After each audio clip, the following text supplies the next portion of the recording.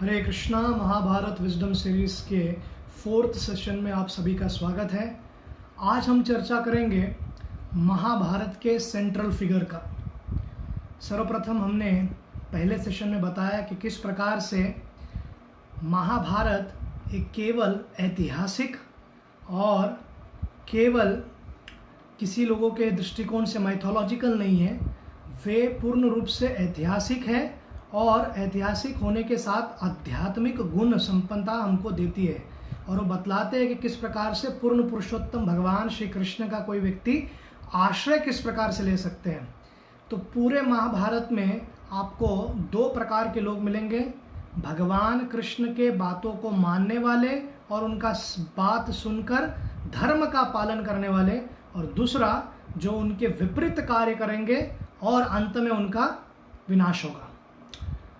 जिस प्रकार से हमने कर्ण के बारे में जाना, जिस प्रकार से हमने एकलव्य के बारे में जाना, अब एक तीसरा महान धनुर्धर जिसके बारे में हम जब क्लास था कर्ण के ऊपर तभी हमने सुना है, परंतु और डीप में जाएंगे आज। और अर्जुन के कैरेक्टर को हमको सबसे ज़्यादा समय लगेगा, क्योंकि लोग हमेशा कंप्लेंट करते हैं कि प्रभु अगर भगवान सब अच्छा है, अगर भगवान सब अच्छा ही देते हैं तो दुनिया में हमको ज़्यादा बुराई क्यों दिखाई देता है।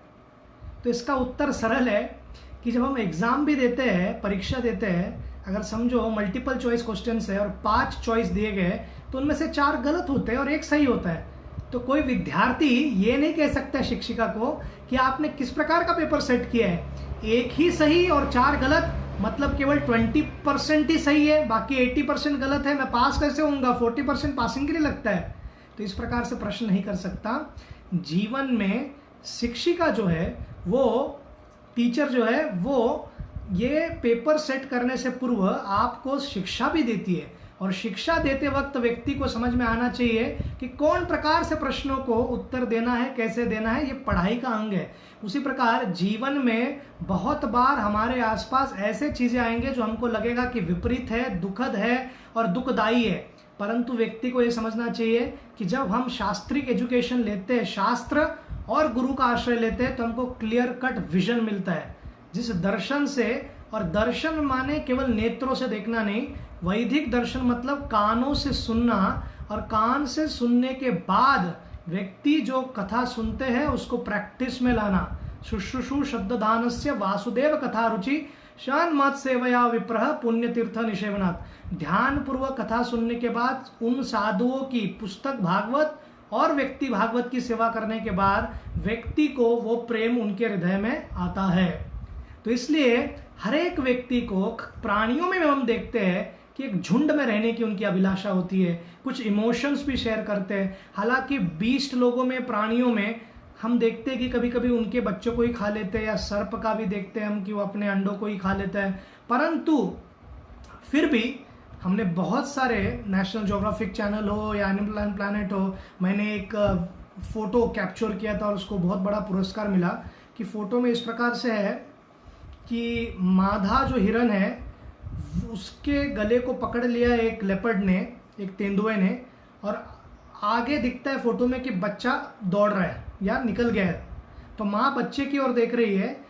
तेंदुआ उस बच्चे को पकड़ना चाहता था हिरन के, पर माँ बीच में आ गई। अर्थात माँ ने अपने जीवन को सैक्रिफाइस कर दिया, त्याग कर दिया। तो प्राणी के स्तर पर भी हम गायों में तो अधिकतर बार देखते हैं कि गौ माता किस प्रकार से स्वयं के लिए नहीं, दूसरे प्राणियों के लिए और खास करके मनुष्यों के लिए माता की तरह व्यवहार करते हैं। तो प्रकृति में भी हम देखते हैं कि संबंध को मेंटेन करने के लिए विश्वास चाहिए रहता है। तो विश्वास किसी व्यक्ति पर पूर्णता हम कैसे रखें, ये प्रश्न आता है। आधुनिक काल में लोगों को ट्रस्टवर्दी व्यक्ति मिलता नहीं जिस पर पूर्ण रूप से विश्वास कर सके। तो क्या हम किसी पर भी कैसे भी विश्वास कर सकते हैं? साधारणतः व्यक्ति 2 एक्सट्रीम एक्सप्रेशंस देता है, एक्सट्रीम विचार रखता है। एक तो वो बहुत भोला रहता है और सब पर विश्वास रखता है, और सब पे विश्वास रखने के कारण क्या हो जाता है, बहुत बार उस व्यक्ति के मन की भावना चूर चूर हो जाएगी, या उस व्यक्ति को बहुत बड़ा धोखा मिलेगा। और दूसरा एक्सट्रीम क्या है, व्यक्ति एकदम ही सिनिकल है, अर्थात वो दोषदर्शी है, हर जगह हर परिस्थिति में केवल लोगों में दोष देखता है, हर जगह डाउट करता है। See, doubt is the sign of intelligence. शास्त्र में दिया भागवतम में, भागवत पुराण में, कि शंका करना या प्रश्न आना ये बुद्धि का एक साइन है, परंतु doubt is not the only sign of intelligence. अर्थात शंका आया तो ही वो व्यक्ति बुद्धिमान है, ऐसे नहीं है।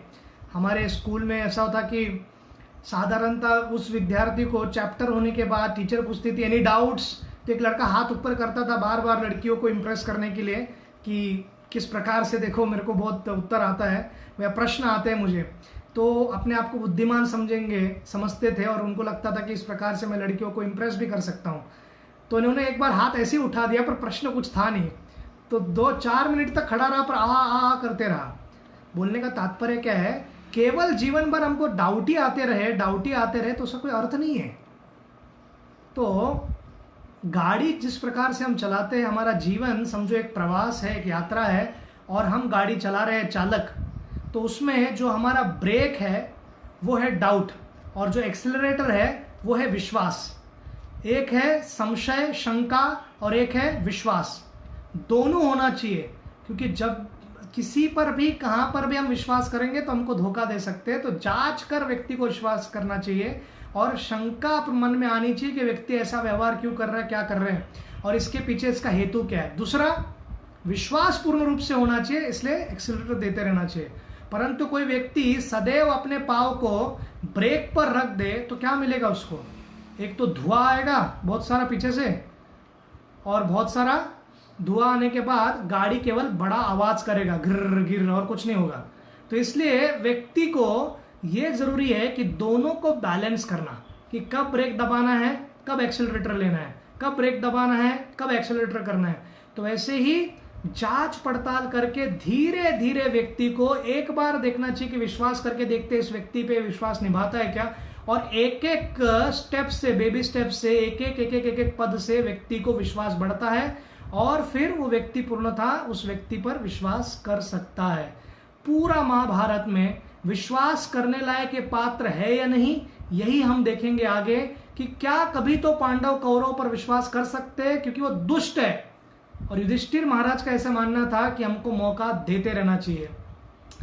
कथा को आगे बढ़ाते हुए महाभारत का प्रसंग इस प्रकार से है कि कुरु वंशज के राजा बहुत एक 53 जनरेशन जब विवस्वान से नीचे तक आते हैं, 50th जनरेशन में 50वें जनरेशन के आसपास एक प्रतीप राजा करके थे, उनके पुत्र थे शांतनु, और शांतनु गंगा देवी के साथ विवाह करने के बाद उनको पुत्र होता है देवव्रत। तो जब भीष्म की कथा आएगी तो हम डिटेल में बताएंगे आपको कि क्या होता है उस पूरी लीला में। तो हर जगह हम हर प्रसंग को पूर्ण रूप से नहीं बताएंगे, क्योंकि आज का जो फीचर है, व्यक्ति स्पेशल कैरेक्टर है वो अर्जुन, तो उन पर फोकस रहेगा और उनके कथाओं पर फोकस रहेगा, और उनसे हम क्या लाइफ लेसन सीख सकते हैं, क्योंकि बहुत ही एक्स्ट्राऑर्डिनरी पर्सनालिटी है, पूरे महाभारत का सेंट्रल फिगर है। उनके कारण ही हमको भगवत गीता प्राप्त हुआ है। ना शंका आती अर्जुन के मन में, ना कृष्ण उनको उत्तर देते, ना हम भगवत गीता पढ़ पाते। ऑफकोर्स कृष्णा को अगर भगवत गीता का ज्ञान देना है तो अनेक प्रकार से दे सकते हैं, पर वो माध्यम तो बने कम से कम। इस प्रकार से हम देखते हैं कि अर्जुन या उनके जो पूर्वज है शांतनु महाराज, गंगा देवी के जाने के बाद सत्यवती से विवाह करते हैं, फिर विचित्र वीर्य और चित्रंगद उनको जन्म लेते हैं। तो चित्रंगद को हमेशा लड़ाई में इंटरेस्ट था, वो उस जमाने का WWF का फेमस फैन था लगता है, हमेशा उसको स्मैकडाउन, रॉ इज वॉर यही लगता था, स्मरण आता था। जैसे आजकल कुछ बच्चे होते हैं उनको बस पटकना होता है, और इन सब अलग अलग खिलाड़ियों को देखकर, जो कि केवल वो कहते भी एंटरटेनमेंट है, डोंट ट्राई एट होम, पर बहुत लोग ट्राई करते हैं और अपनी हड्डी तोड़ के ले लेते हैं। इसी प्रकार ये व्यक्ति को भी धरती पर खेल खेल के पक गया था, वो उसको काउंटर स्ट्राइक का अलग लेवल चाहिए था, और वो गंधर्वों को कहता है, चेतावनी देता है कि दम है तो आके मुझसे लड़ो। तो ऐसे ही एक गंधर्व उनको मार देते हैं और उनकी मृत्यु हो जाती है। और फिर उसके बाद विचित्र वीर्य हमारे देवदास टाइप के थे, ये या तो पीते रहते थे या कुछ कार्य नहीं करते थे। तो इसी के कारण क्या हो गया कि उनकी अकाल मृत्यु होगी, और उनका विवाह हुआ था अंबिका और अंबालिका से, तो संतान नहीं है। तो इसके बाद नियोजन करके, एक नियोग करके एक मार्ग है जिसका हम चर्चा करेंगे जब वेदव्यास जी के बारे में आएगा। तो वेदव्यास जी के द्वारा इनको पुत्र होते हैं पांडु, धृतराष्ट्र, पांडु, और एक दासी से विदुर। तो विदुर जो कि धर्मराज, यमराज के अवतार है, और स्वयं धर्मराज युधिष्ठिर भी वहां पर है। तो और आपको लगेगा फिर ये दोनों एक साथ कैसे, देवता लोग अनेक रूपों में अपना विस्तार कर सकते हैं, अपने अंश को भी विस्तारित कर सकते हैं। इसके पश्चात पांडु राजा और धृतराष्ट्र का विवाह होता है सर्वप्रथम गांधारी से, और गांधारी को आशीर्वाद देते वेदव्यास कि आपको सबसे ज़्यादा संतान होंगे, 100 पुत्र जन्मेंगे और एक पुत्री, और ये आशीर्वाद देकर वो जाते हैं। फिर यहाँ पर पांडु राजा देखते हैं कि बहुत सारे जो राजा है बहुत दुष्ट हो चुके हैं, तो उन पर सब पर विजय प्राप्त करते हैं, बहुत सारा धन लेके आते हैं, पर उनकी रुचि नहीं थी। उनकी रुचि थी हिमालय के यहाँ पर जाकर तपस्या करना। पांडु राजा दिखने में एकदम देव के इंद्र के समान सुंदर थे, किसी भी स्त्री का मन मोहित कर सकते ऐसा सौंदर्य पांडु राजा में था, किसी भी व्यक्ति को आकर्षित कर सकते थे, और शौर्य में भी बहुत महान थे। तो जब पूरे दुनिया पर विजय प्राप्त करने जा रहे थे, उसके पूर्व उनका विवाह होता है कुंती भोज की पुत्री कुंती से, और जब कॉन्क्वेस्ट के लिए जाते हैं अनेक अनेक क्षेत्रों में और हराने के लिए हर एक राजाओं को उनके प्रांतों में, तो वहाँ से चेन्नई की दिशा में जब जाते हैं, मद्रास की साल्य की बहन थी माद्री, शायद उनके ही शब्द से आता होगा मद्रास, तो वो उनको विवाह करके ले आते हैं। और फिर उसके बाद दोनों के साथ वो रहते हुए एक दिन विचार करते हैं कि हमको थोड़ा समय के लिए अभी रुचि रहा नहीं इस दुनिया में, मुझे जाकर हिमालय के यहाँ पे साधारण जीवन जीना है। तो साधारण जीवन जीने जाते हैं, तो उनसे एक गलती हो जाती है जिसके कारण, जिसका वर्णन हम कुंती के पास टाइम में डिटेल में बताएंगे।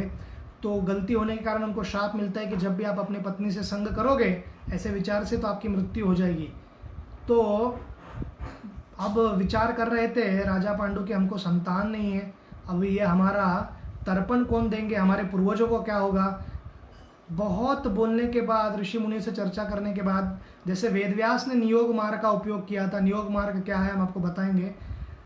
वो इस प्रकार से है कि कोई साधु संत, जब कोई राजवंशी लोग हैं और उनके घर में कोई संतान नहीं है और पुरुषों को आशीर्वाद नहीं है या उनकी कैपेसिटी नहीं, जो भी हो, या शापित हो, तो वो ब्राह्मण आकर उनको केवल मात्र स्त्री का तब तक संग करता है जब तक वो गर्भवती ना हो जाए, और फिर वो किसी साधु का संत नहीं कहलाता है, वो राजा का ही संत कहलाता है। इसी मार्ग से धृतराष्ट्र, पांडु और विदुर जन्मे थे।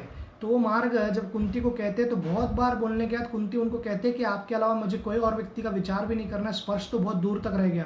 पर विवश होने के बाद जब वो कहते हैं कि अभी कोई मार्ग है ही नहीं, और उनके पति ने बार बार कहा, तो फिर कुंती अपनी बताती है कि किस प्रकार से बचपन में दुर्वास मुनि ने उनको आशीर्वाद दिया था, और उनके आशीर्वाद के कारण उनको एक मंत्र का शक्ति मिला है। वो मंत्र का उच्चार करते ही देवता आ सकते हैं और उनको संतान प्रदान कर सकते हैं। ये सब दैविक प्रतिक्रिया है, ये एक दैविक प्रक्रिया है, उसको हमको भौतिक स्तर पे नहीं देखना है। ये नहीं देखना है कि क्या एक स्त्री कितने संग कर रही, कितने पुरुषों का, क्योंकि सूर्य, चंद्र, वरुण, यम, इन सबको आप ह्यूमन लेवल के प्योरिटी, इम्प्योरिटी, मोरालिटी, इमोरालिटी के स्तर पर नहीं माप सकते।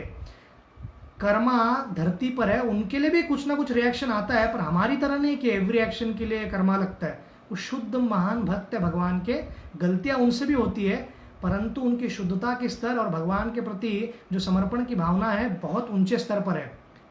तो सर्वप्रथम वो युधिष्ठिर महाराज जन्म लेते हैं धर्मराज जी से, फिर उसके बाद शक्तिशाली वायु से जन्म लेते हैं भीम, फिर उसके बाद तीसरी बार वो उनके पास जाते हैं और विचार करते हैं कि हमको शक्तिशाली पुत्र मिल गया, धर्मराज मिल गया, परंतु हमको एक ऐसा भक्त चाहिए, भगवान का अनन्य भक्त, और ऐसा धनुर्धर जो दिखने में इंद्र की तरह सुंदर हो और भक्ति में भी इंद्र के प्रमाण हो।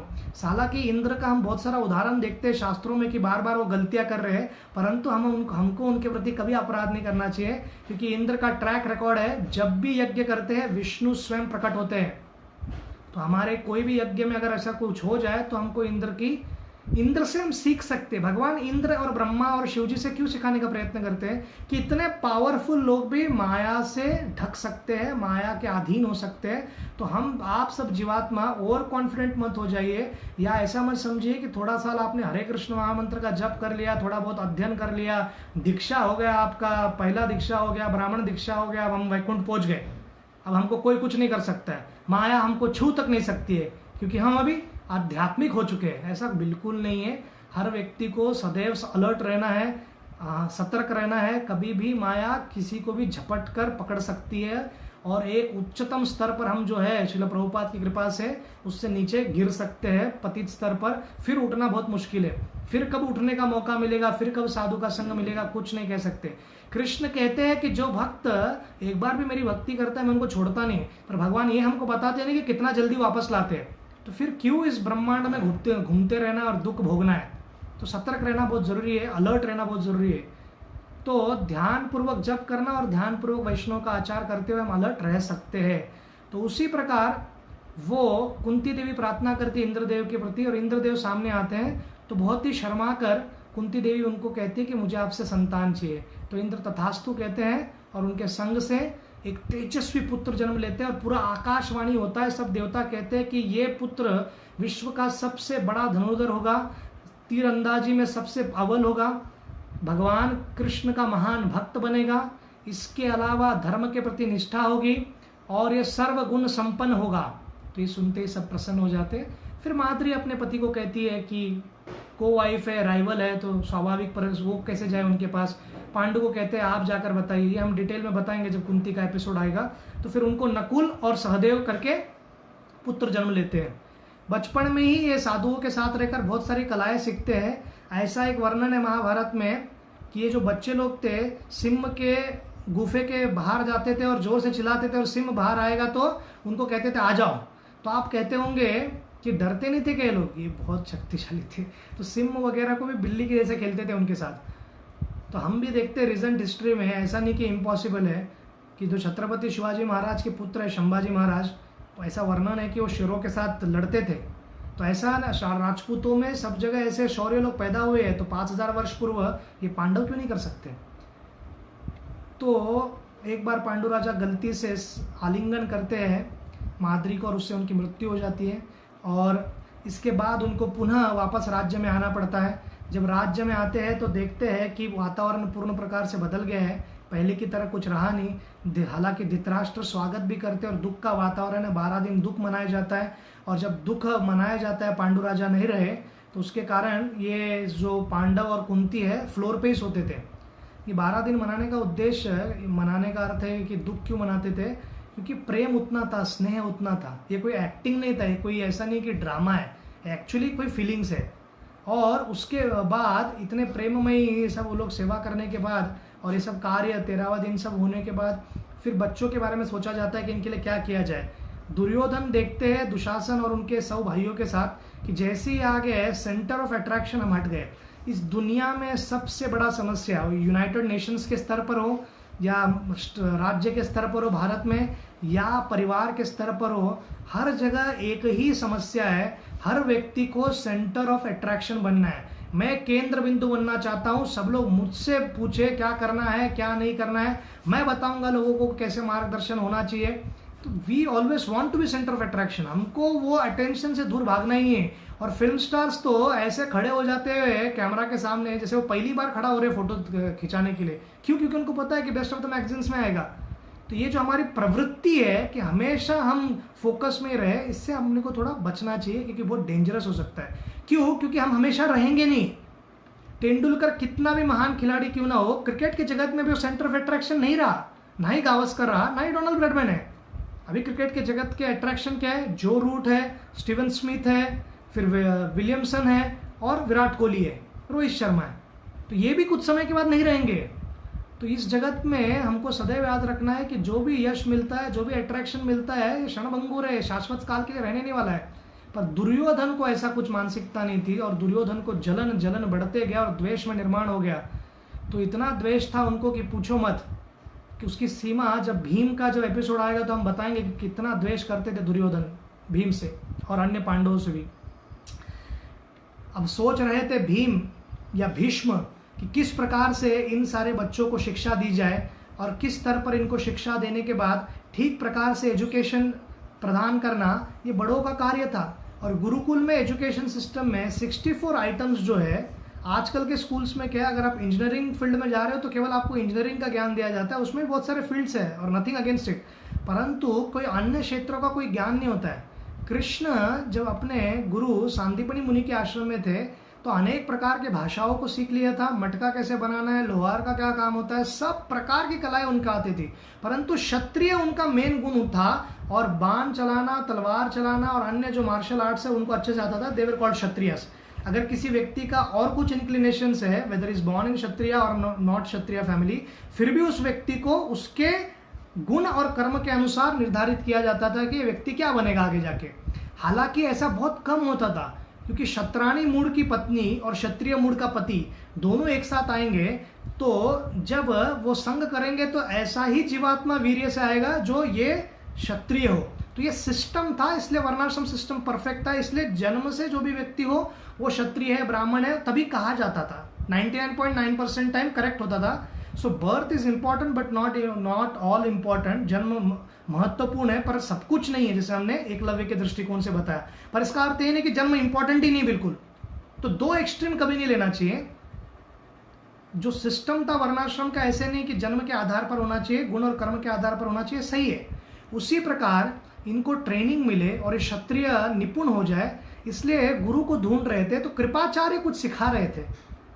कृपाचार्य अपने स्तर पर जितना सिखा सकते हो सिखा रहे थे, परंतु वो सेलेस्टियल वेपन्स में, दिव्य अस्त्र शस्त्रों में निपुण नहीं थे। मानव के स्तर पर जितना कर सकते उन्होंने सब सिखा दिया, बेसिक सब सिखा दिया, मतलब बेसिक सी लैंग्वेज सिखा दिया। पर एकदम आपको लिनक्स का सॉफ्टवेयर या अन्य एकदम डीप में जाना है, सॉफ्टवेयर सीखने अनेक, तो उनके बस का बात नहीं था। तो भीष्म जी ढूंढ रहे थे कि किसको लेकर आए। तो उसी समय सब पांडव और कौरव दौड़ते हुए आते हैं और कहते हैं कि हमको एक महान व्यक्ति मिले। तो भीष्म पूछते कि कौन मिला। उनका जो वर्ण था वो श्याम वर्ण था, वो सावले थे थोड़े, पर उनकी दाढ़ी और जो बाल है वो पूरे सफेद हो चुके थे, तो वृद्ध लग रहे थे। परंतु हम जब बच्चे लोग वहां पर खेल रहे थे, कुएं में हमारा गेंद गया, हमारे पास आया और उन्होंने कहा हमको कि आप सब क्षत्रिय हो, कुरुवंशज हो, इतने सारे युवा हो, आप एक गेंद को नहीं निकाल पा रहे, आप पर धिक्कार है। और हमको लगा फिर आप निकाल कर दिखाइए। तो उन्होंने घास के एक एक बड़े बड़े तिनके को लिया और उसको एक एक करके फेंका गया, और एक एक तिनका वो फेंकते थे तो दूसरे तिनके को लगता था, ऐसे कर करके वो गेंद बाहर निकाल लिए। और बाद में उन्होंने अंगूठा फेंक दिया, अपनी अंगूठी फेंक दी उंगली की, और उसको भी उन्होंने निकाल कर दिखाया। तो हम बहुत प्रभावित हुए। और वो कहते हैं पितामह, मैंने उनको वचन दिया है कि अगर वो ये सेवा कर पाए और ये हमको इसमें मदद करे इस गेंद और अंगूठी को निकालने में, तो हम उनको हमेशा के लिए उनके खाने पीने का सब प्रबंध कर दे। द्रोणा तो भीष्म को तुरंत पता चलता है वो कोई और नहीं है, महान द्रोणाचार्य है, मेरे गुरु का ही शिष्य, परशुराम से सीखा है उन्होंने, जिसमें मैं जहाँ से सीखा वहीं से उन्होंने भी सीखा है। तो द्रोणाचार्य के बारे में पता चलने के बाद भीष्म जी खुश हो जाते हैं और कहते हैं कहाँ पर दिखे आपको। तो वो वहाँ ले जाते हैं और उनसे भेंट कराते हैं और उनको उनके ट्यूशन्स में, या उनको कहते हैं कि देखिए आप ये हमारी सेवा कर पाएंगे, हमको एक आवश्यकता है कि इनके गुरु बने कोई और उनको इस पूरे अस्त्र शस्त्र चलाने की शिक्षा दे, हम क्षत्रियों को ज़रूरत है। और कृपाचार्य ने कुछ हद तक दिया है, पर हम चाहते हैं कि आप आगे की शिक्षा आप प्रदान करें। तो कहते हैं बिल्कुल ये हो सकता है, इसमें आपको चिंता करने की आवश्यकता ही नहीं, और मुझे भी ज़रूरत है। तो द्रोणाचार्य कहते हैं सिर्फ मुझे और मेरे बच्चे को और मेरी पत्नी को खाने को कुछ मिलेगा क्या। तो ये इतनी भयंकर परिस्थिति थी द्रोणाचार्य का, घर पे खाने को नहीं था, और इतनी गरीबी के कारण उन्होंने नौकरी उठाया। अन्यथा ब्राह्मण कभी किसी की नौकरी नहीं करता, वो स्वयं से भगवान पर निर्भर रहता है या भिक्षा मांगकर खाता है, जो मिला वो खा लेते हैं। परंतु वो परिस्थिति भी नहीं रही, इसलिए उनको ये सेवा देना पड़ रहा है, और जो उनकी कला उन्होंने सीखी थी परशुराम से, अभी उसका सदुपयोग करेंगे। तो द्रोणाचार्य अपना एकेडमी प्रारंभ करते हैं, तो उसमें बहुत सारे राजा लोग के बच्चे भी आने का प्रयास करते हैं, उनको भी दिया जाता है। और कृष्ण के एक कजिन थे, उनका नाम था गदा, तो गदा भी वहाँ पर आते हैं। फिर उसके बाद 5 पांडव, अश्वत्थामा, कौरव, पूरे 100 कौरव, और थोड़े समय के बाद धृष्टद्युम्न भी आते हैं। तो द्रोणाचार्य के एपिसोड में हम बताएंगे कि धृष्टद्युम्न और द्रोणाचार्य का क्या संबंध है। इस प्रकार से सब विद्यार्थियों को सिखाना प्रारंभ कर देते हैं।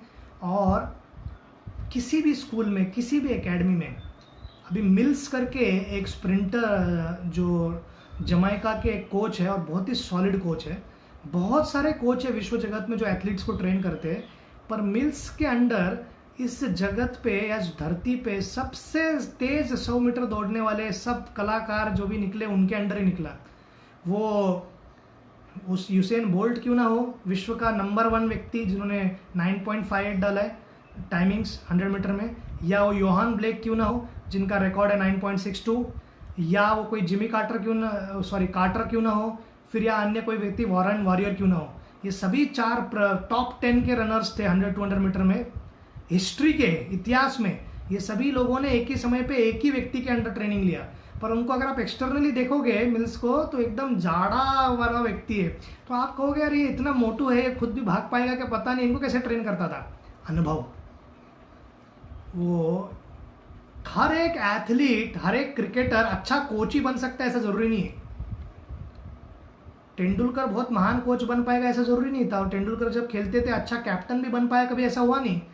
तो ये विशेष गुण रहता है कि कप्तानी करना या कोच करना हर एक में रहता नहीं है।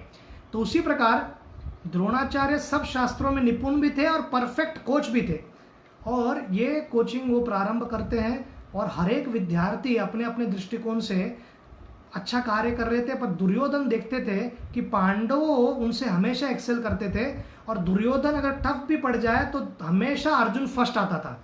तो अर्जुन फर्स्ट आने के कारण दुर्योधन का द्वेष बढ़ता गया, और द्रोण का भी अर्जुन के प्रति प्रेम और स्नेह बढ़ता गया।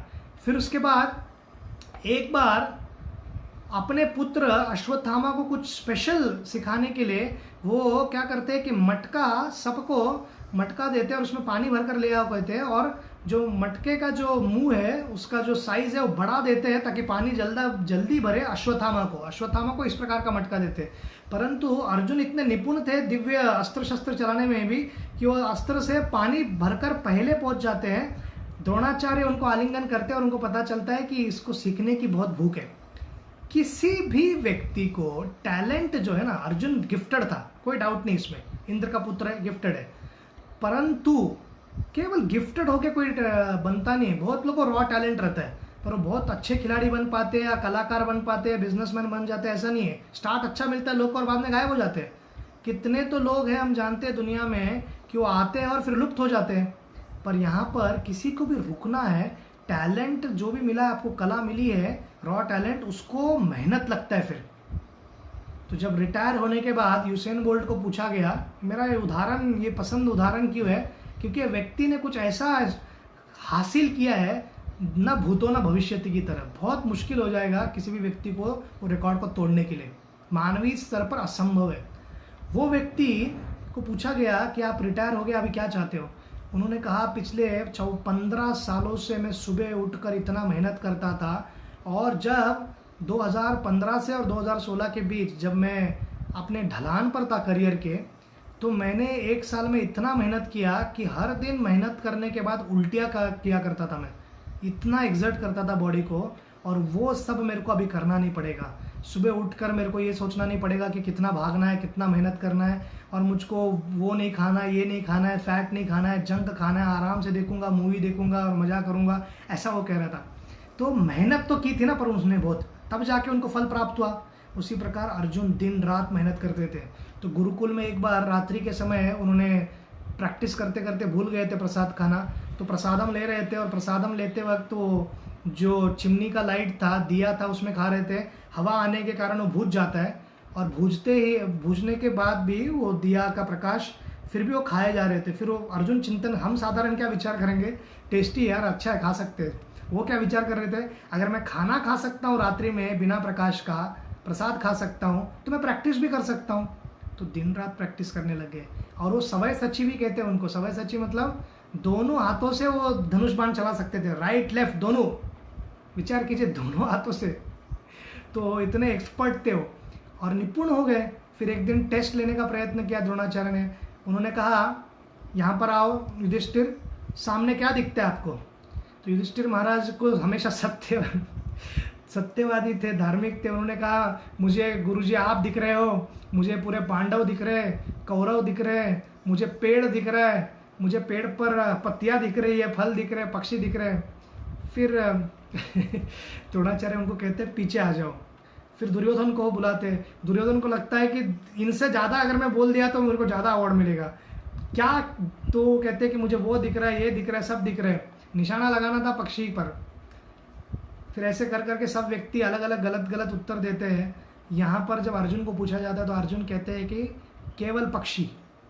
और फिर पक्षी में केवल पक्षी का मुख और मुख में केवल उनका नेत्र, और मारकर वो गिरा देते हैं धनुष बाण से। वो पक्षी जो गुड़िया गुड़िया के समान था, लकड़ी का बना हुआ था। तो इससे भी बहुत प्रभावित हो जाते हैं द्रोणाचार्य।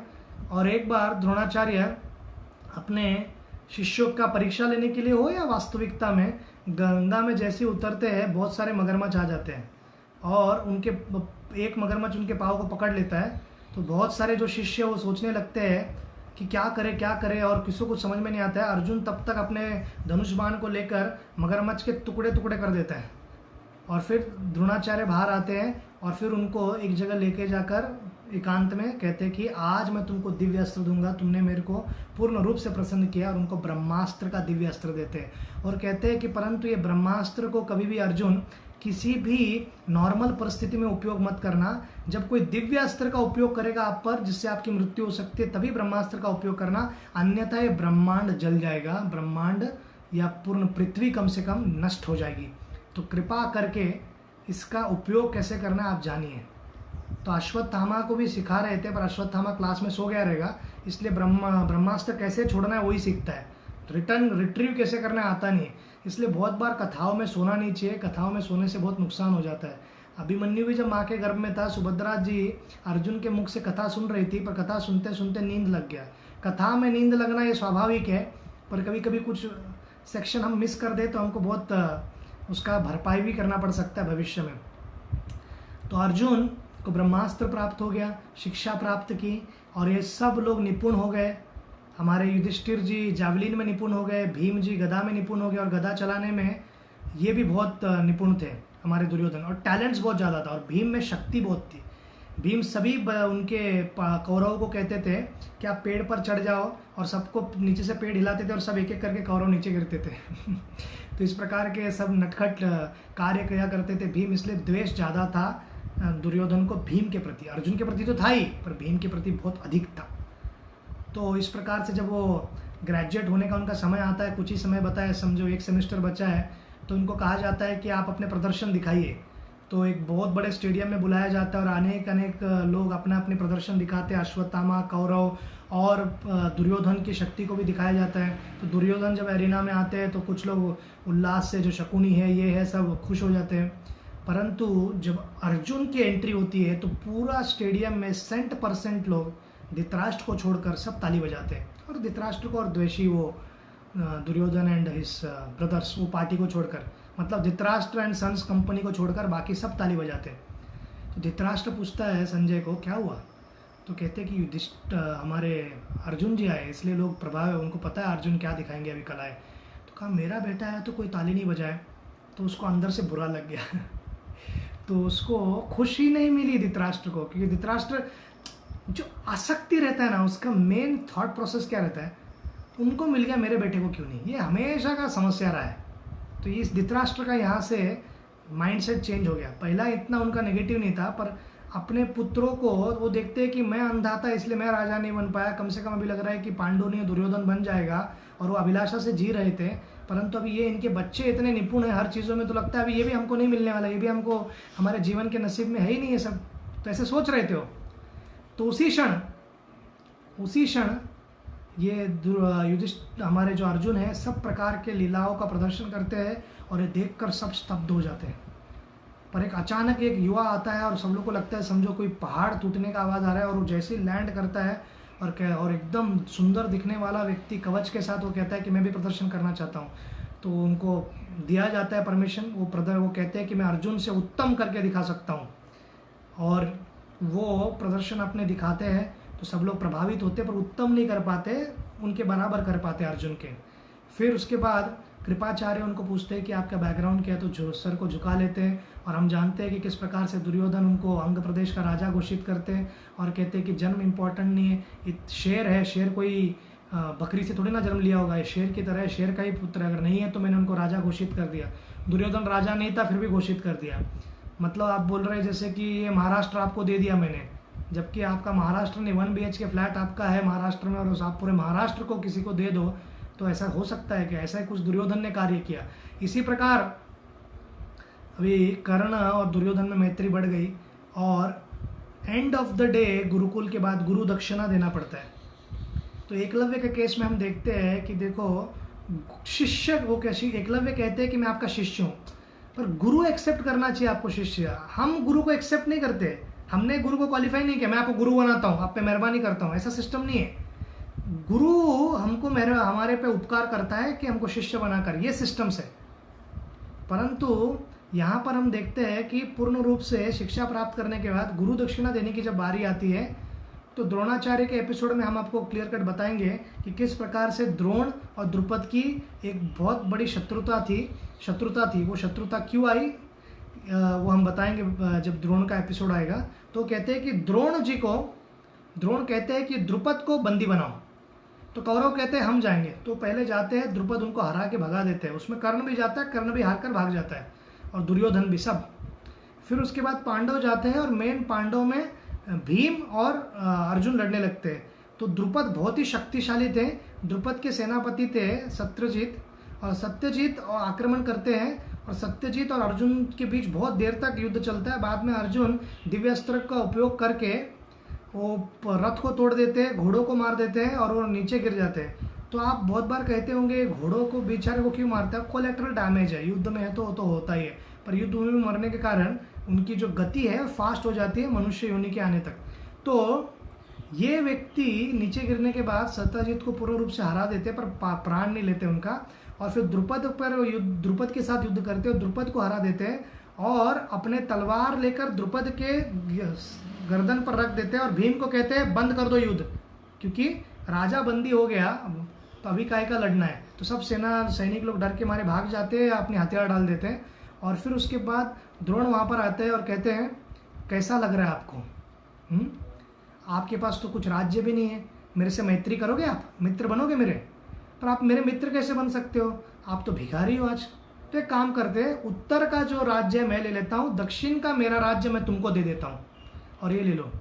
तो फिर द्रुपद को बहुत बुरा लगता है, ह्यूमिलेट हो गया बेचारा, परंतु वो क्या कर सकता है, प्राण जाएगा नहीं तो, अगर बड़ा ज़्यादा बोलने का प्रयत्न किया तो मार दिया जाएगा। तो हाथ जोड़कर कहता है धन्यवाद ब्राह्मण, आप और दयालु हो, तो वहाँ से वो चला जाता है। पर द्रुपद के मन में इनके प्रति वैर्य और दुश्मनी और निर्माण होती है द्रोण के प्रति, परंतु अर्जुन के प्रति प्रेम निर्माण होता है, और कहता है अर्जुन जैसा मुझको पुत्र चाहिए, अगर पुत्र नहीं बन सकता है, क्योंकि अर्जुन में पुत्र कैसे बनेगा, तो मुझे अर्जुन सन इन लॉ की तरह चाहिए, मेरा दामाद बनना चाहिए। और उसके लिए वो यज्ञ करते हैं। यज्ञ का मेन उद्देश्य क्या रहता है, एक ऐसा पुत्र जन्मे जो द्रोण को मारे, और दूसरा एक ऐसी पुत्री जन्मे जो इनकी पत्नी बन पाए। तो इसके बाद हम देखते हैं कि वो राज्य में रिटर्न आने के बाद वो लक्षागृह में जाने को कहते हैं धृतराष्ट्र, और धृतराष्ट्र को भी थोड़ा बहुत आइडिया था कि दुर्योधन आग लगाने वाले हैं, पर ये इतना आसक्त हो गया था, ये हमेशा सपोर्ट सिस्टम चल रहा था इनका। तो दुर्योधन जी वो प्लान करते हैं लक्षागृह में कैसे तो अपने प्राण को बचाकर विदुर की सहायता से वो दौड़ते हुए वन में आते हैं। वन में आते हैं तो वहाँ पर भीम और हिडिम्बा राक्षस को मार देते हैं। फिर हिडिम्बी आकर्षित हो जाती है भीम के साथ, और फिर उसके बाद उनसे विवाह करते हैं। फिर उनसे संतान होता है घटोत्कच। फिर घटोत्कच संतान देके फिर वो आगे बढ़ते हैं। एक गंधर्व का तालाब आता है, और गंधर्व के तालाब पर वो कहते हैं कि आप इस नदी को क्रॉस नहीं कर सकते। गंधर्व कहते हैं कि इस नदी को हम यहाँ पर अभी आनंद भोग कर रहे हैं, आप नहीं जा सकते। अर्जुन कहते हैं बहुत महत्वपूर्ण है, रात्रि के समय हम इस पार रहकर क्या करेंगे, हमें उस पार जाना है, हमें जाने दीजिए। वो कहते नहीं जा सकते। उनका नाम था अंगपर्ण। अंगपर्ण बहुत ही घमंडी था उस समय पे, और कहता है कि मैं आपके प्राण ले लूँगा, यहाँ से चले जाओ। फिर अर्जुन कहता है बहुत हो गया। तो जितने भी बाण मार रहे थे, आक्रमण कर रहे थे उन पर, अर्जुन के हाथ में मशाल था, और केवल मशाल से वो लड़ रहे थे और सब काउंटर कर पा रहे थे। बाद में उन्होंने दिव्य अस्त्र कैसा रहता है, जो भी दिव्य अस्त्र है उसको मंत्र जाप से उस अस्त्र को आप प्रभावित करके दूसरों पर आक्रमण कर सकते हैं, परंतु बाण एक माध्यम बनता है। अगर बाण रहे ना रहे, तीर रहे ना रहे, आप फिर भी उस व्यक्ति को हरा सकते हो। तो अंगरपन को हरा कर धरती पर गिरा देते हैं और उनका प्राण नहीं लेते। तो उनकी पत्नी दौड़ते हुए आती है और कहती है हे कुरुश्रेष्ठ, हे भरत श्रेष्ठ, हे अर्जुन, हे पांडव, कृपा करके मेरे पति का प्राण मत लो। कहते कि देखो ऐसे निस्सहाय पड़ा है, उसके हाथ में हथियार नहीं है, शस्त्र नहीं, अस्त्र नहीं, मैं क्यों मारूं उनको। आप अपने पति को ले जाइए, पर उनको कहिए कि आगे किसी भी व्यक्ति को, ये धरती है, ये उनका स्थान नहीं है, तो आप इनको रोकने का प्रयत्न मत कीजिए। और जबकि ज़रूरत नहीं था रोकने के लिए और हमारा बहुत ज़रूरत था कि हमको क्रॉस करना है, तो आप ऐसे इस प्रकार से बाधा मत लाइए, इस बार मैंने छोड़ दिया, अगली बार आपको नहीं छोड़ूंगा। तो खुश होकर कहते हैं कि जो चाहिए मांग लो। अर्जुन कहता है मैंने आपका प्राण बख्शा है इसलिए आप मुझे वरदान मत दीजिए, नहीं ऐसे मांग लो जो चाहिए आपको, मैंने मुझे कुछ नहीं चाहिए। फिर भी गंधर्व कहते हैं कि हम आपको दर्शन दिए तो हमको देना ही पड़ेगा। तो वो कहते हैं कि आपको एक दिव्य चक्षु अर्थात एक ऐसा आपके अंदर एक शक्ति रहेगा कि आप दूर तक देख पाओगे जैसे गंधर्व देख पाते हैं युद्ध भूमि में। तो कहते हैं धन्यवाद। और ये कहने के बाद वो आगे बढ़ते हैं और ये भी कहते हैं कि क्योंकि आप ब्रह्मचर्य का पालन कर रहे हैं, बाकी लोगों का किसी का विवाह नहीं हुआ था, केवल भीम का हुआ था। तो आगे बढ़ते हुए वे ब्राह्मण के वेश में पांचाल प्रदेश आते हैं, जो आज के पंजाब का एरिया कह सकते हैं आप, वेस्ट और ईस्ट पंजाब दोनों मिलाकर। तो वहाँ पर राजा द्रुपद ने स्वयंवर रखा था अपनी पुत्री द्रौपदी के लिए, और धनुष बाण को प्रत्यंचा चढ़ाकर मछली के नेत्र में नीचे देखते हुए प्रतिबिंब जल में उसको निशाना लगाना था। बहुत सारे योद्धा बाण पे प्रत्यंचा ही चढ़ा नहीं पाए, धनुष बाण स्ट्रेट रहता है, उसको ऐसा बेंड करके वो थ्रेड को ये बनाना पड़ता है, तो उसमें ही आधे लोग का प्राण निकल जाता था। तो महाभारत तात्पर्य निर्णय के अनुसार कर्ण आते हैं, कर्ण प्रयास करते हैं, पर कर्ण निशाना चूक जाते हैं, एकदम नजदीक से पर चूक जाते हैं। पर पॉपुलर वर्जन के अनुसार द्रौपदी रोकती है, द्रौपदी रोक सकती है क्योंकि वो स्वयंवर था। फिर ब्राह्मण के रूप में अर्जुन आते हैं और अर्जुन उस निशाना को लगाते हैं और खुशी खुशी द्रौपदी उनको वरमाला डालती है विजय का। और फिर द्रौपदी और इनका पूर्ण रूप से विवाह होने के लिए तैयारी की जाती है और फिर द्रुपद राजा भी खुश है। परंतु एक प्रसंग इस प्रकार से आता है कि कुंती से मिलने जाते हैं, तो कुंती को लगता है कि भिक्षा मांगने के लिए कोई आया ब्राह्मण है, तो उनको कहते हैं कि आप में बांट लो। तो जब बाद में मुड़कर देखती है तो उनको ट्रेजेडी लगता है कि मैंने क्या कर दिया, एक स्त्री को कैसे बांटे। साधारणतः वैदिक सभ्यता में या दुनिया के बहुत सारे सिस्टम्स में एक पति के बहुत सारे पत्नियां हुआ करती थी, परंतु एक पत्नी के अनेक पति ऐसा कुछ प्रेसिडेंस नहीं था, ज़्यादा पता नहीं था। तो द्रुपद राजा को भी समझ में नहीं आ रहा था क्या करना है, कुंती भी के पास भी उत्तर नहीं था, द्रौपदी तो पूर्ण रूप से समझ ही नहीं आ रहा था, मुझे प्रेम अर्जुन से है, फिर ये पाचुपति, तो बहुत ही ऐसा परिस्थिति था कि समझ में नहीं आ रहा था किसी व्यक्ति को करना क्या है। श्री वेदव्यास जी वहाँ पर आते हैं और वो बताते हैं कि ऐसा कुछ भी इसमें गलत नहीं है, क्योंकि एक पहली बार युधिष्ठिर महाराज को जब इसके बारे में विचार कर रहे हैं, पाप विचार मन में नहीं आ रहा है, मतलब समझ जाना चाहिए आपको कि युधिष्ठिर के मन में कभी पाप आता ही नहीं है और आपके मुख से सुनने के बाद भी उनको विचार नहीं आ रहा, अर्थात ये शास्त्रों में पहले हुआ है। और शास्त्रों में कहाँ हुआ है, परिस्थिति इस प्रकार से थी, प्रचेता जो है उनकी एक कॉमन पत्नी थी, सभी प्रचेतास जो थे भगवान के अच्छे भक्त थे। और आप द्रौपदी पिछले जन्म में आप शिव जी का उपासना कर रहे थे एक महान पति को पाने के लिए, और आप उल्लास में आपने 5 बार कह दिया शिव जी को मुझे पति चाहिए, पति चाहिए, पति चाहिए। तो शिव जी ने कहा कि आपको अगले बार 5 पति आपको मिलेंगे। तो आपको लगता रहेगा कि इतना छोटा छोटा गलती कैसे कर सकते हैं, पीछे मुड़ के देखा तो ये हो गया, वैसे बहुत सारी चीज़ें भगवान की नियोजन होती है, इस प्रकार से लीला होती है। एक तो वो है, और दूसरा ये है पहले लोग बहुत वचनबद्ध थे, वो ऐसे नहीं थे मैंने बोल दिया और बाद में कहते थे कि सॉरी हाँ मैं गलती से बोल दिया, अभी आगे से मैं ध्यान रखूंगा, पीछे देख के बोलूँगा, ऐसा नहीं था। एक बार वचन निकल गया तो वैदिक सभ्यता में उसका वैल्यू बहुत ज़्यादा हुआ करता था। तो इस प्रकार से द्रौपदी और सभी जो उनके पति है 5 पति, उनके साथ विवाह होता है युधिष्ठिर महाराज के साथ प्रथम, और द्रौपदी को भी जब आंसर्स मिल जाते हैं और धृष्टद्युम्न और द्रुपद राजा को भी कोई समस्या नहीं थी और युधिष्ठिर महाराज को भी कोई समस्या नहीं थी और कुंती भी खुश है, और धर्म के आधार जो सभी शास्त्रों के निर्माण किया भगवान के साहित्य अवतार शील वेदव्यास को भी कोई इसमें समस्या नहीं थी। तो सबका आशीर्वाद लेने के बाद शील वेदव्यास जी के वहाँ पुनः आते थे, क्योंकि कनेक्शन है वेदव्यास के ही आप कह सकते हैं कि पोते हैं एक विधि के अनुसार। और वो उनको एक खांडव करके एक वन दिया जाता है, वहाँ पर इंद्र को बुलाया जाता है, कृष्ण कहते हैं इंद्र यहाँ पर आओ, यहाँ पर सब अमृत झलको। और इसके कारण क्या हो जाता है, वहाँ पर बहुत सारी पैदाइश होगी, बहुत सारे पौधे आएंगे, बहुत सारा खेती होगा, और धरती के अंदर भी बहुत सारा जो सोना है, चांदी है, ये सब प्रकार के अनेक जो धातु है वो सब आएंगे, और वैभव राज्य बनाया जाता है और उस विश्वकर्मा की सहायता से, और उसे इतना सुंदर बनाया जाता है। जो मेन हॉल बनेगा माया दानव द्वारा वो बाद में बनेगा, परंतु राज्य बन जाता है और विशाल राज्य, बड़े बड़े बिल्डिंग्स, और बहुत सारे फिर ब्राह्मण आते हैं यज्ञ वगैरह करने के लिए, फिर वैश्य आ जाते हैं, फिर धीरे धीरे इतना महान राज्य बनता है, वो इतने महान व्यक्ति बनते हैं और इतने महान सेवा वगैरह सब देने का प्रयत्न करते हैं और निरंतर ये सेवा दे ही रहे थे और पूरे राज्य में वैभव था। और देखकर इंद्र का जो राज्य अमरावती उसको भी प्रस्थ कर दे या हरा दे, ऐसा इंद्रप्रस्थ निर्माण किया जाता है। वो इंद्रप्रस्थ को सब लोग खुशहाल थे उसमें। और नियम, एक बार नारद मुनि उनसे मिलने आते हैं और श्री नारद मुनि उनको कहते हैं देखो आपका संबंध बहुत विश्वास के बल पर है, पर कभी भी कोई भी रिलेशनशिप को ग्रांटेड नहीं लेना चाहिए। और वो एक दानव का स्टोरी बताते हैं, निकुंभ के 2 पुत्र शुंड और उपशुंड। वो कहते हैं कि दोनों में बहुत मैत्री थी और उनको वरदान ऐसा था कि कोई उनको मार नहीं सकता है सिवाय एक दूसरे को। तो वो उनको लगता था कोई मारेगा ही नहीं, तो उनमें बहुत मैत्री भी थी। परंतु इनको हराने के लिए इंद्र जी जाते ब्रह्मा जी के पास और ब्रह्मा जी कहते हैं हमेशा की तरह तुम्हारा वो फेवरेट वेपन का उपयोग करो, कोई अप्सरा को भेज दो। तो फिर एक सुंदर अप्सरा का निर्माण किया जाता है ब्रह्मा जी द्वारा, उसका नाम होता है तिलोत्तमा। तिलोत्तमा माने उनका अंग, हर एक अंग इतना सुंदर है कि इतना अट्रैक्टिव है, कोई भी व्यक्ति भ्रमित हो जाएगा।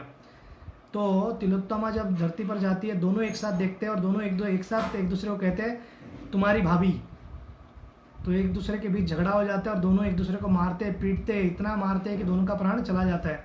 तो नारद मुनि यही उदाहरण देकर कहते हैं आप सब भाई एक दूसरे से बहुत प्रेम करते हो, आप सबको बहुत प्रेम भी है, मैं मानता हूँ, परंतु परिस्थिति कभी भी बदल सकती है और इतना सहज मत लो।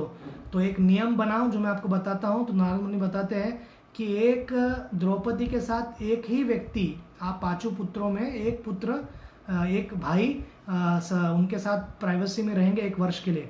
और जब वो प्राइवेसी या प्राइवेट रूम में है, कोई बाकी अन्य 4 भाई कभी उस रूम में आएंगे नहीं।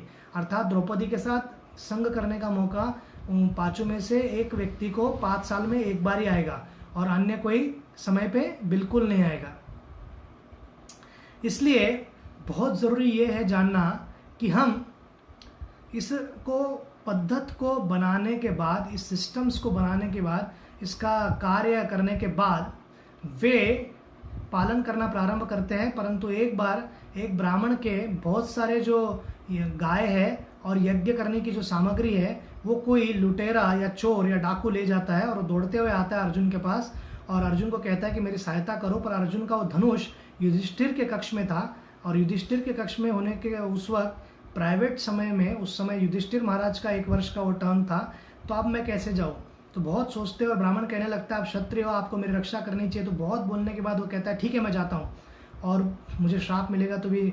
अब इसका नियम ऐसा था कि बहुत वर्षों तक फिर व्यक्ति को वनवास जाना पड़ेगा अगर कोई व्यक्ति ने नियम तोड़ दिया तो अर्जुन को पता था, परंतु इनकी सेवा करना महान कार्य है, इसलिए क्षत्रिय को महान माना जाता है क्योंकि वो रक्षा करते थे। फिर वो वहाँ से अंदर जाते हैं और उनसे कहते हैं कि मुझे धनुष चाहिए और वो धनुष बाण लेते हैं और लेने के बाद उस व्यक्ति को, राक्षस या जो डाकू था उसको पकड़ते हैं, सब सामान वापस लेके आते हैं, ब्राह्मण से आशीर्वाद प्राप्त करते हैं। फिर वो जाते हैं और युधिष्ठिर महाराज को कहते हैं मुझे आशीर्वाद दो। युधिष्ठिर महाराज कहते हैं आशीर्वाद दो, मैं वनवास के लिए जा रहा हूँ। वो कहते हैं वनवास के लिए क्यों जाना है आपको? कहते हैं मुझे जाना ही होगा भैया, मैंने गलती की है। तो कहते हैं जब छोटे भाई लोग, छोटा भाई अगर संग कर रहा है अपनी पत्नी के साथ और बड़ा कोई आ जाए तो अपराध हो जाएगा। छोटा भाई पुत्र की तरह होता है और पुत्र अगर आ जाए माता पिता के कक्ष में तो क्या इसमें अपराध है? और मैं नहीं समझता अपराध है और मेरे बात को आपको मानना होगा। अर्जुन कहते हैं कि धर्म का पालन करना है और आप स्वयं धर्मराज है, कृपा करके मुझे रोकिएगा मत, मैं हाथ जोड़ के आपसे विनंती करता हूँ। कौन व्यक्ति इस दुनिया में हम देखते हैं, रामायण में भी रामचंद्र इतना रोकने के बाद भी रुकते नहीं है और सेम उदाहरण यहाँ पर अर्जुन का। तो अर्जुन जब यहाँ निकलते हैं तो तीर्थ स्थलों का दर्शन करेंगे करके उनको मौका मिलता है। तो जब जा रहे हैं तो भी एंटरटेनमेंट का और एंजॉयमेंट का नहीं सोच रहे हैं, सोने का नहीं सोच रहे हैं, वो तीर्थों का स्थान, साधुओं का संग करते हैं, कथा सुनते हैं, सब तीर्थों में जाते जाते उत्तर की दिशा में पहले जाते हैं। गंगा के तट पर एक बार पानी पी रहे थे तो अचानक देखते हैं कि एक शक्ति उनको नीचे खींच रही है। कौन सी ऐसी शक्ति है जो अर्जुन उनको नीचे खींच सकती है? खींचे जा रहे और उनको जहाँ पर नीचे ला के रख दिया जाता है तो देखते हैं पूरा जगत ही बदल गया है। और बाद में उनको पता चलता है कि नागलोक है और नागलोक के राज्य में मैं कैसे आ गया। और सामने एक सुंदर स्त्री आती है, उनके सौंदर्य इतनी सुंदर थी और इस प्रकार से अर्जुन को देख रही थी अपने नेत्रों से। तो अर्जुन को समझ में आ जाता है कि ये आकर्षित हो चुके हैं मुझसे पूर्ण रूप से। और वो पूछते अर्जुन आप कौन हो देवी? वह कहती है कि मैं नागराज की पुत्री हूँ उलूपी, और मैं जब स्नान कर रही थी गंगा में, तो आप देखिए नदी और जो समुद्र है उसके नीचे के दिशा में नीचे के लोक है। तो उसी प्रकार ये नागलोक नीचे की दिशा में गंगा से, तो गंगा के उधर से जब स्नान कर रहे थे तो इनको अर्जुन को उलूपी नीचे ले जाती है अपने शक्ति से। तो उलूपी कितनी शक्तिशाली होगी, अर्जुन को दबा सकेगी। अर्जुन इतना शक्तिशाली था, तो आप समझ सकते हो उलूपी की शक्ति क्या होगी। तो उलूपी उनको कहते हैं कि मैं आपसे आकर्षित हो चुकी हूँ, मुझे आपके साथ विवाह करना है। तो कहते हैं देखो मैं ये वर्ष में संग नहीं कर सकता स्त्री का। तो उलूपी कहती है मुझे सब नियम पता है, ज्ञान मैं सब जानती हूँ आपके बारे में, आप अर्जुन हो और आपको द्रौपदी का संग नहीं करना है, किसी और का नहीं, ऐसा कोई नियम नहीं है। फिर वो उनके बार बार कहने के बाद उनसे ठीक है कहते हैं और उनसे विवाह करते हैं, उनके साथ संग करते हैं और उनको पुत्र देने के बाद जो ईरावन है वहाँ से वो जाते हैं और मणिपुर की दिशा में जाते हैं उत्तर पूर्व में। और मणिपुर के वहाँ पर पहुँचने के बाद वहाँ पर चित्रवाहन नाम के एक राजा थे और चित्रवाहन की पुत्री थी चित्रंगदा। चित्रंगदा जैसे ही अर्जुन को देखती है तो आकर्षित होती है और अर्जुन भी उनके सौंदर्य को देखकर आकर्षित होते हैं। और क्षत्रियों को एक से ज़्यादा पत्नी रखने का इसलिए था क्योंकि एक तो पहले के क्षत्रियों में उतनी क्षमता भी थी, उनके पास धन भी था और वो धर्म के अपोजिट नहीं था, क्योंकि भारत में फीमेल इन्फेंटिसाइड वो ज़माने में होता नहीं था, गर्भ में ही लड़कियों को मारा नहीं जाता था, लक्ष्मी के प्रतीक मानता था। तो पॉपुलेशन का रेशियो फीमेल का मेल से हमेशा ज़्यादा हुआ करता था वैदिक सभ्यता में। तो वो शादी लड़कियों का अधिकतर लड़कियों का अगर शादी होना है तो एक व्यक्ति से हुआ करता था। तो उसी प्रकार इसमें कुछ ऐसा अधर्म नहीं है, कुछ अनैतिक नहीं है, प्रॉपर सिस्टम है। तो चित्रंगद के जो पिता है चित्रवान कहते हैं अर्जुन अब मेरी बेटी से आप विवाह करो, पर मेरी एक शर्त है। वो शर्त इस प्रकार से है कि हमारे वंश में बहुत समय तक कोई संतान नहीं थे, फिर शिवजी मेरी तपस्या से प्रसन्न हुए और उन्होंने आशीर्वाद दिया कि आपको एक ही संतान हो गया और संतान हुआ लड़की चित्रंगदा। तो मेरी एक शर्त है कि जो भी संतान जन्म लेंगे मेरा पोता, वो आपके राज्य में नहीं जाएंगे, यहीं पर रहेगा ताकि मेरे वंशज को आगे बढ़ाते रहे। तो अर्जुन ने कहा कोई समस्या नहीं। और विवाह होने के बाद उनके साथ थोड़ा समय संग करने के बाद बब्रुवाहन करके पुत्र जन्म लेते हैं, जो कि बहुत शक्तिशाली है, जिसका प्रसंग हम बाद में आपको बताएंगे अर्जुन की जब अंतिम लीलाएं आएंगी अश्वमेध यज्ञ के समय। तो ये अर्जुन यहाँ से आगे जाते वक्त एक तालाब के यहाँ पर आते हैं, 5 तालाब दिखते हैं उनको और साधु संत भी दिखते हैं। साधु संत को पूछते हैं कि आप इसमें स्नान क्यों नहीं कर रहे, ये दिव्य स्थल है, ये दिव्य ऐसा स्थान है जहाँ पर व्यक्ति आध्यात्मिक प्रगति कर सकते हो। देखते हैं कि जाना जरूरी है, परंतु इन 5 तालाबों में बहुत बड़े बड़े मगरमच्छ है। तो अर्जुन कहते हैं ठीक है। फिर अर्जुन अपने अस्त्र शस्त्र से वो पहले वो नहाने के लिए जाते हैं और जैसे ही जाते हैं तो ये मगरमच्छ उनको पकड़ लेते हैं। अर्जुन अपने शक्ति से मगरमच्छ के चितड़े पूरे वो ये कर देते हैं अलग, और उससे एक सुंदर अप्सरा बाहर आती है। तो सुंदर अप्सरा बाहर आती है इसलिए वो चकित नहीं हो जाते हैं कि कितनी सुंदर है करके, वो आकर्षित होते हैं इस बात से कि इतनी सुंदर अप्सरा मगरमच्छ कैसे बन गई, क्या कथा हो सकती है। तो उस सुंदर अप्सरा का नाम था वर्ग। वर्ग को प्रश्न करते हैं, वर्ग कहते हैं कि पहले इन बाकी लोग जो 4 हैं उनको भी छुड़ा दो, उनको भी मार दिया जाता है। फिर वो बताती है कथा कि किस प्रकार से बाकी मगरमच्छों को, तो वो भी अप्सराएं थी कि हम सुंदर अप्सराएं थी और कुबेर के लिए आनंद देते थे हम लोग और कुबेर हमसे संग करता था।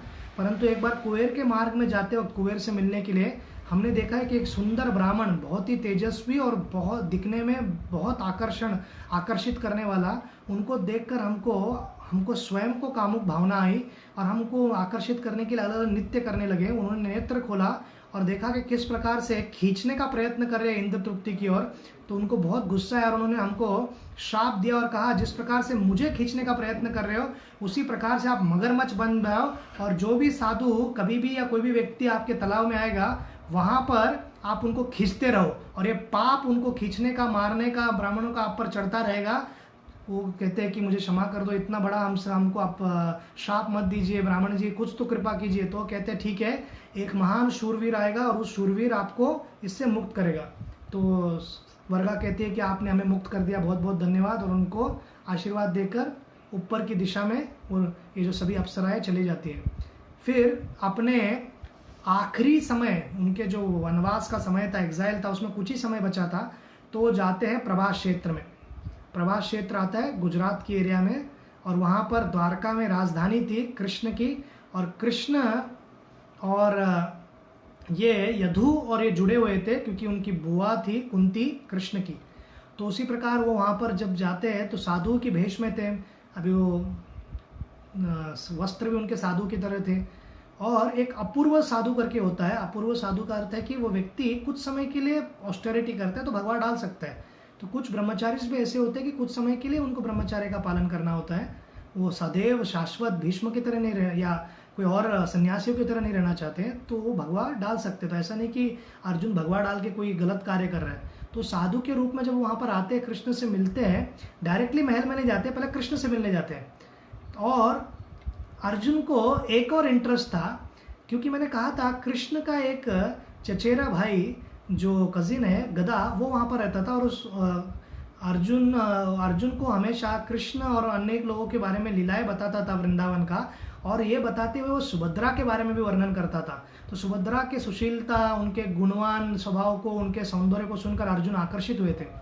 तो अर्जुन जाकर वहाँ पर जब पहुँचते हैं तो कहते हैं कि सुभद्रा से उनका आकर्षण था और कृष्ण को बताते हैं। फिर कृष्ण कहते हैं तुमको कुछ जल्दी कुछ करना पड़ेगा, क्योंकि दाऊ जी को जो शिष्य है, बलराम जी के जो शिष्य है वे है दुर्योधन। और बलराम जी ने विचार किया है कि दुर्योधन को ही देना है सुभद्रा विवाह में, क्योंकि वो चाहते हैं कि यदु और कुरु में एक मैत्री हो जाए और इससे हमको बहुत फायदा होगा बाकी शत्रुओं से लड़ने के लिए।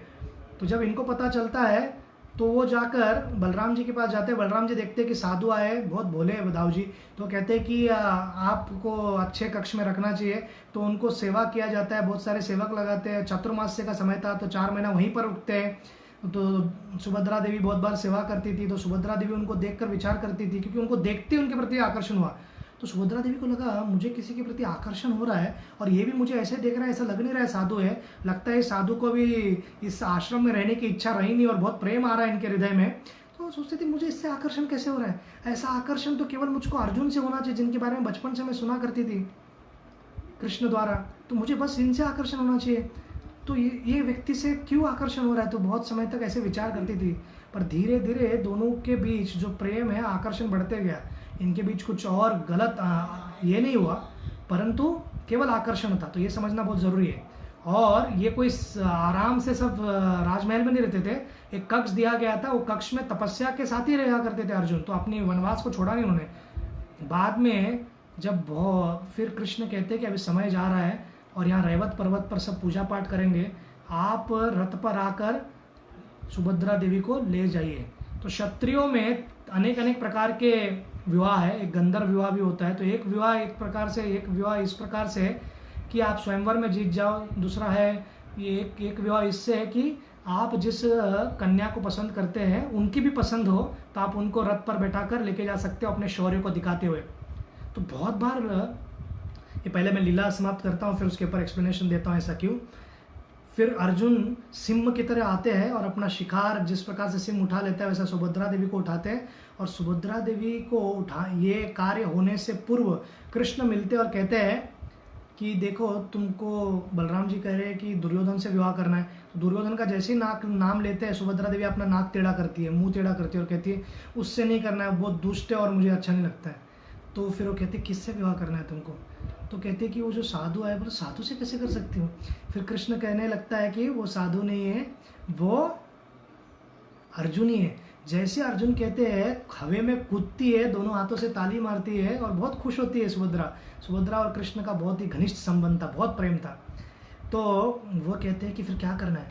तो वो रथ लेकर आएंगे, आप उनके साथ चले जाइए। तो अर्जुन दौड़ते तेजी से रथ लेके, और जितनी तेजी से आते कि यदु के सब राजा लोग और बहुत शक्तिशाली थे और बलराम स्वयं शक्तिशाली, बस देखते रह जाते हैं। और जैसे ले जाते हैं वो सब लोग गुस्से में आ जाते हैं और सब यदुवंशज कहते हैं इन सारे कुरुवंशज, इन पांडवों को पूर्ण रूप से परास्त करते धरती में हम गाड़ देंगे, इनके नामों निशान मिटा देंगे। हमारे कुल की एक स्त्री को, हमारी बहन को कैसे कर सकते हो। बलराम जी कहते हैं अरे मूर्खो, केवल बोलते रहोगे, एक ध्यान तो दो। हम सबको गुस्सा आ रहा है, हम सब लोग उत्तेजित हैं, हम सब कुछ करना चाहते हैं और ये अर्जुन ने मेरे साथ धोखा कैसे कर सकता है। और ऊपर से सबसे ज्यादा चकित और गुस्सा मुझे ये कृष्ण दिला रहा है कि शांति से मुस्कान हंसते हुए देख रहा है, ये ऐसे लगता है इसको कुछ पता है। तो बलराम जी कहते हैं पहले इससे पूछते हैं, फिर अभी ये जो कम्युनिकेशन है ना, ये मैच मेकर का कम्युनिकेशन है, शादी लगा के देने वाले पंडित बनने वाले कृष्ण, तो क्या लैंग्वेज बोलना है, कैसे बोलना है बहुत ज़रूरी है, क्योंकि बलराम जी बहुत मर्कुरियल थे, अर्थात गुस्सा आ गया तो फिर समाप्त सब। तो बताना प्रारंभ करते हैं कि किस प्रकार से इन्होंने कोई गलती नहीं की है, ये मुझे बताए थे इन्होंने सब। और सुभद्रा देवी को भी मैंने पूछा, सुभद्रा दुर्योधन को नहीं चाहती है कि उनके पति बने, और अर्जुन से बहुत प्रेम करती है और अर्जुन भी उनसे प्रेम करते हैं। तो और वो कहते भैया और सभी जो यदु के आप वीर लोग हो, कौन किसको भगा रहा है आप देखो तो सही, ये भागे हैं या साथ में मिलकर आपसे बचने के लिए जा रहे हैं। इन्होंने कोई किडनैपिंग नहीं की है, इन्होंने कोई किसी को अपहरण नहीं किया है। रथ का जो लगाम है घोड़ों का, वो किसके हाथ में, देखो सुभद्रा देवी के हाथ में था। तो ये देखने के बाद बलराम जी को भी शांति मिलती। बलराम जी कहते ठीक है। फिर वो भी कहते हैं कि कृष्ण ये भी कहते हैं कि अगर अर्जुन से लड़ने भी जाओगे तो हमारे सब योद्धा जान दे, उनके प्राण निकल जाएंगे, मुझे और आपको छोड़कर कोई अर्जुन से नहीं लड़ पाएगा, तो इसलिए हमको लड़ना भी क्यों है, वो मेरा घनिष्ठ मित्र है, हमारे ही बुआ का बेटा है, कृपा करके क्षमा करके एक मैं आपको बता रहा हूँ कि उसका ध्यान दीजिएगा, तो ये आप विचार छोड़ दीजिए। वो कहते ठीक है, फिर अर्जुन को बुलाइए। फिर अर्जुन को बुलाया जाता है। फिर सुभद्रा देवी के साथ एक सुंदर विवाह होता है। और विवाह करने के बाद सुभद्रा देवी को पता चलता है कि इस प्रकार से उनको राज्य में जाना है, और ऑलरेडी वहाँ पर द्रौपदी है, और द्रौपदी इंद्रप्रस्थ में पूर्ण रूप से दुखी है, और दुखी होने के कारण या नाराज है कि इस प्रकार से अर्जुन जिसमें मैं इतना प्रेम करती थी उसने दूसरे से विवाह किया। तो इसका ये द्रौपदी के पास जाना है। तो अभी जब अर्जुन उनके पास जाते तो अर्जुन कहते हैं जाओ तुम्हारी सुभद्रा के पास, यहाँ पे क्यों आए हो, मेरे पास क्या लेना देना है, उनको ही जाकर प्रेम करो, और इतना समय आप वनवास के लिए गए थे या शादी करने गए थे। तो ऐसे अब उन पति पत्नी का जो होता है तीखा नोक झोंक वो उनके बीच चल रहा था। वो कहते मेरी बात तो सुनिए आप, वह मैं आपके लिए कुछ एक दासी लाया हूँ। तो कहते दासी लाए को जो भी लाए हो।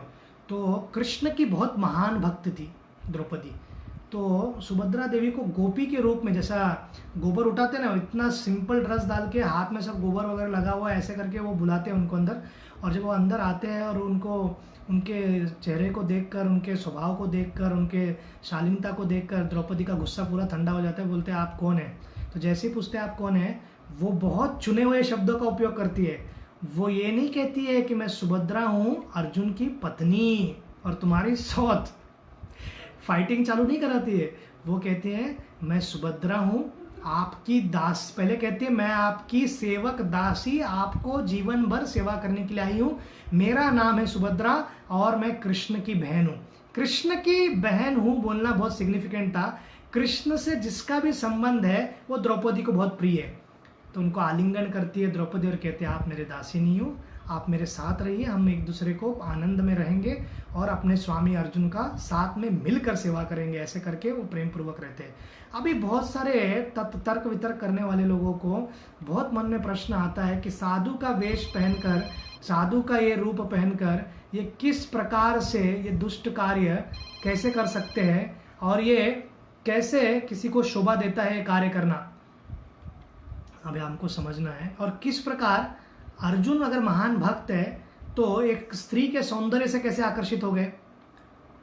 जिस अभी सिस्टम ठीक से समझने की आवश्यकता है। सर्वप्रथम धर्म का सब पालन करते अर्जुन, वो सर्वप्रथम अपने धर्म को भूलते नहीं है। सुभद्रा के प्रति आकर्षण है, उस आकर्षण के कारण पहले तो वहाँ के उनके भाई कृष्ण और द्वारका के राजा कृष्ण, वो भी कृष्ण ही है, उन दोनों से उस व्यक्ति से परमिशन लेते हैं कि क्या ये मेरा विचार सही है।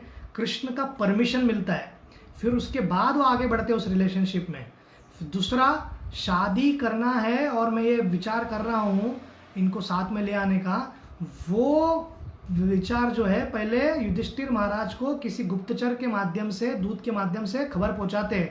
जब युधिष्ठिर महाराज कहते गो अहेड, आगे बढ़ो, तभी वो आगे बढ़ते हैं और फिर ही उनको लेकर रथ पर बैठकर सुभद्रा देवी को लेके जाते हैं और पूरी तरह से विधि से विवाह होता है। और दूसरा, वो साधु के वेश में रहकर अपहरण नहीं करते हैं, वो क्षत्रिय का वस्त्र पहनकर ही अपहरण करते हैं। लास्ट दिन था उनका साधु का वेश का।